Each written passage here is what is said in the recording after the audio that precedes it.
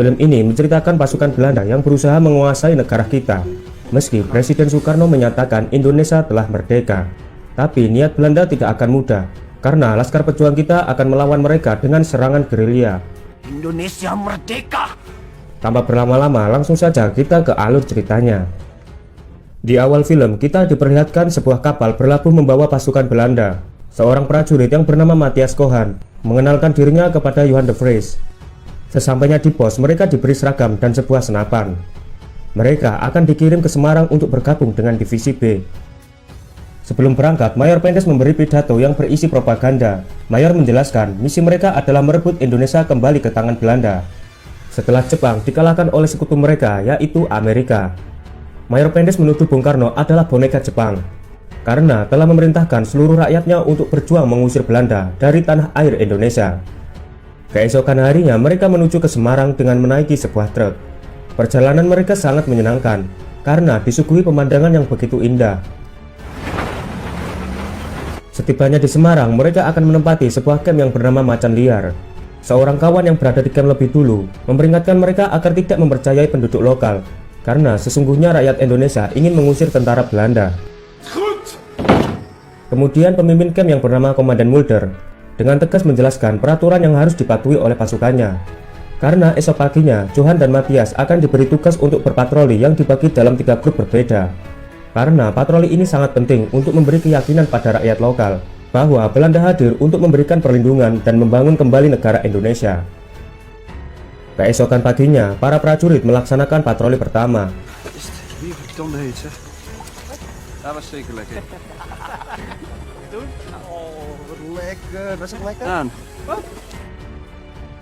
Hingga mereka bertemu dengan seorang petani. Lalu Johan menanyakan keberadaan orang-orang yang dianggap mencurigakan. Ia juga mengatakan tujuan mereka untuk membantu rakyat Indonesia memberantas pejuang yang mereka anggap teroris. Tidak, Tuan. Saya tidak melihat. Sesampainya di sebuah perkampungan, mereka disambut oleh bapak-bapak. Ia mengatakan jika di desa ini masih aman dan tentram. Sebelum melanjutkan perjalanan, mereka diberi air minum kelapa untuk melapaskan rasa haus mereka. Kemudian regu patroli sampai di sebuah perkebunan yang diolah Belanda. Seorang penjaga di sana mengatakan bahwa selama 3 bulan menjaga perkebunan tidak pernah ada kejadian apa-apa. Kemudian mereka masuk ke dalam ruangan yang sebelumnya pernah dijadikan markas tentara Jepang. Ternyata perkebunan ini dulunya bekas milik keluarga bangsawan. Dan tiba-tiba mereka mendengar suara tembakan. Rupanya para prajurit telah menembak seekor monyet, lalu dipanggang sebagai santapan malam mereka. Di depan api unggun mereka menghabiskan malam bersama.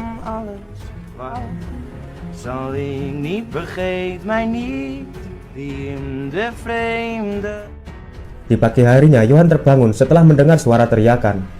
Bocah itu memberitahu bahwa desanya didatangi kelompok yang dicari oleh tentara Belanda. Mereka pun segera melihat apa yang terjadi. Setibanya di sana, tentara Belanda melihat 2 warga telah dibunuh dengan keji. Johan mulai tersadar jika ia sedang berada di peperangan yang sadis dan brutal. Tapi saat ini, tentara Belanda tidak bisa mengejar gerombolan pelaku yang sudah kabur bersembunyi ke dalam hutan. Singkat cerita, prajurit Belanda sampai di sebuah pasar. Di sana, Johan membeli pecel sambil memandangi gadis manis. Hingga dirinya melihat seorang warga yang dihajar oleh sisa-sisa tentara Jepang. Johan yang kasihan mencoba untuk menghentikan mereka. Ada apa? Bapak itu mengatakan jika tentara Jepang ini telah mencuri barangnya. Tak lama, seorang perwira bernama Raymond Westerling datang dengan menodongkan pistol di kepala perwira Jepang. Ketegangan pun terjadi saat mereka saling menodongkan senjata.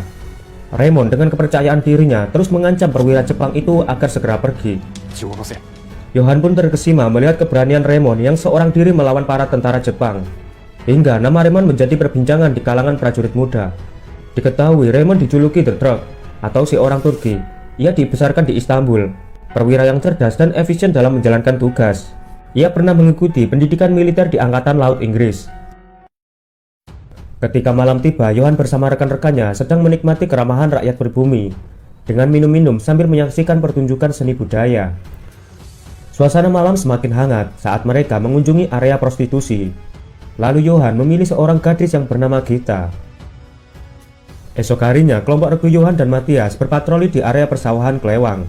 Johan berusaha mencari tahu keberadaan pejuang gerilya Indonesia. Tak terasa sudah 3 bulan lamanya, tapi mereka tidak menemukan petunjuk lokasi para pejuang kita. Pejuang gerilya bagai hantu menyerang tiba-tiba, kemudian menghilang tanpa jejak. Prajurit Belanda terus berpatroli sambil menikmati indahnya pemandangan alam. Tanpa tersadar mereka tersesat. Kopral Cullen lalu memutuskan semua prajuritnya untuk menyeberangi sungai. Dan tiba-tiba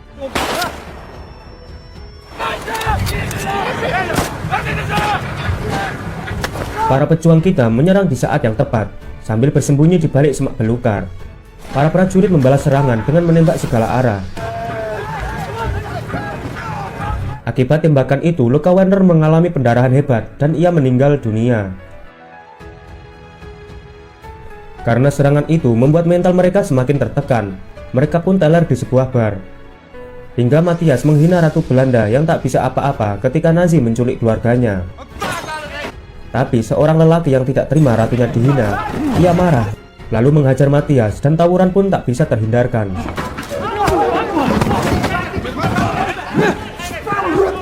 Hingga petugas datang menghentikan mereka. Sementara Johann pergi ke tempat kita untuk melampiaskan nafsunya. Esok harinya, Cullen dan Johann disidang oleh Komandan Mulder yang menuduh mereka lalai dalam menjalankan tugas yang mengakibatkan Werner tewas diserang pejuang kita. Komandan juga memberitahu jika konflik ini sedang mendapat perhatian khusus dari atasannya di Jakarta. Beberapa hari kemudian, mereka menangkap seorang pria yang diduga pelaku penembakan Werner. Semua prajurit di camp ingin menghajarnya, namun aksi mereka dihentikan oleh sang komandan. Tak lama Raymond datang untuk menginterogasi pejuang itu dengan menyiksanya, agar memberitahu keberadaan kelompoknya.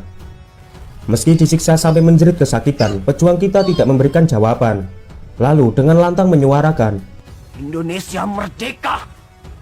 Keesokan paginya, seorang bapak-bapak mendatangi camp. Maksud kedatangannya untuk minta pertolongan, kalau putrinya telah dibawa oleh para pemberontak. Ia memberitahu persembunyian Laskar Gagak Hitam yang selama ini meneror pasukan Belanda. Akan tetapi Komandan Mulder menolak karena lokasinya sangat jauh dan menurutnya ini sebuah jebakan. Mendengar itu, Raymond malah tertarik mencari kelompok Gagak Hitam dengan mengajak Johann dan Samuel, yaitu orang yang terlibat tawuran tempo hari. Kamu siap? Siap. Di malam itu mereka menembus hutan. Setelah berjalan cukup lama, akhirnya mereka sampai di persembunyian pemberontak. Raymond menyuruh Johann dan Samuel berjaga di luar. Dengan keahliannya, Raymond mengendap-endap menghabisi satu persatu pemberontak yang sedang berjaga.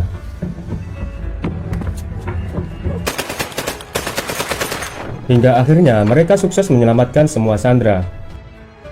Setelah misi itu, Johann semakin dekat dengan Raymond, menerima semua pandangan serta idealismenya. Tapi persahabatan mereka tak bisa mengobati rindu Johann pada keluarganya, yang ternyata ayah Johann anggota Nazi. Suatu hari, Johann dan Matthias diberi tugas untuk membebaskan pejuang kita karena hasil kesepakatan dari atasan. Tapi Johann sudah terpengaruh dengan idealis Raymond. Dia malah membunuh pejuang kita. Kemudian Raymond mengajak Johann masuk ke dalam hutan, menemui Laskar Islam untuk membuat kesepakatan memberitahu lokasi kelompok yang berideologi komunis.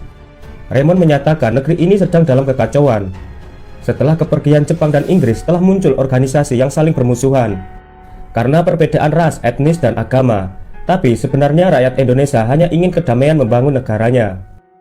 Sementara Johann yang telah jatuh hati, ia memberi hadiah dan uang untuk memikat hati kita.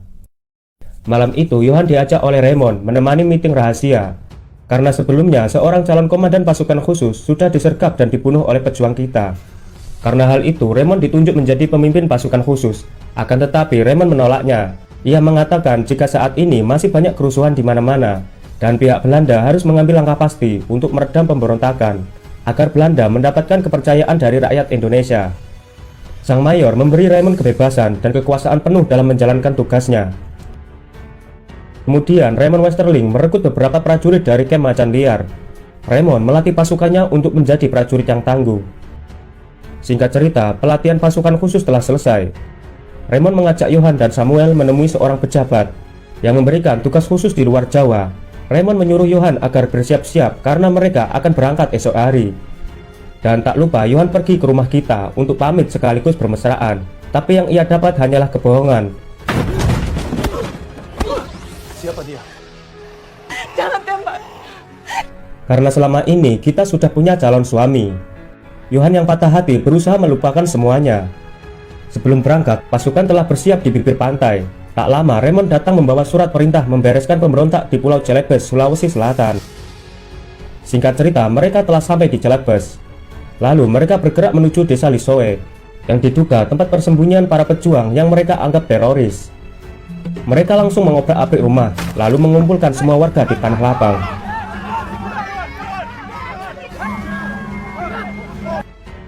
Kemudian datanglah Raymond dengan membawa 15 nama yang dituduh sebagai teroris. Raymond menyuruh warga maju ke depan jika dipanggil namanya. Puang Side. Kah kamu Puang Side? Benar.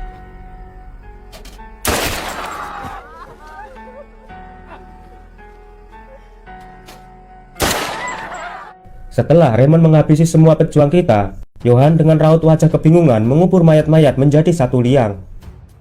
Setelah kejadian itu membuat pikiran Johan tak tenang. Lalu Johan menemui Raymond untuk mengetahui alasan mengapa membantai rakyat tanpa melakukan interogasi.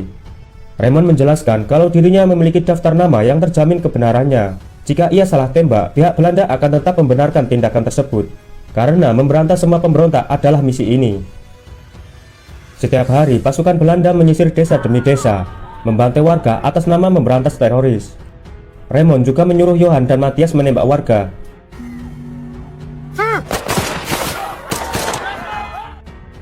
Sesampainya di gereja tua, Johan mengingat dosanya membunuh orang yang tidak bersalah.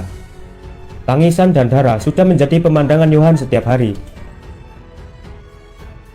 Ketika Raymond memanggil warga yang bernama Kacau Numang, ia mengaku dirinya telah dijebak oleh temannya dan mengatakan kalau dirinya tidak pernah ikut dalam perjuangan.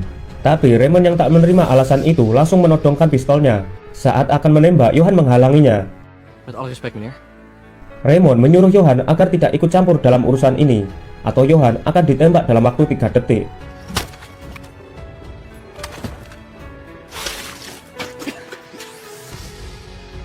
Raymond menganggap Johan pengkhianat karena menghambat misi ini setelah diberi kesempatan membela negara.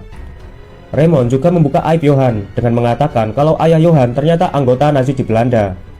Raymond melepas Johan agar pergi menuju pantai untuk berlindung di kapal Belanda. Tapi Johan akan dikejar oleh 3 prajurit yang akan membunuhnya. Dengan bekal sebuah pisau, Johan segera kabur menembus hutan. Ketika Johan sedang beristirahat, ia melihat prajurit yang memburunya. Bukannya kabur, Johan malah berencana menghabisi mereka.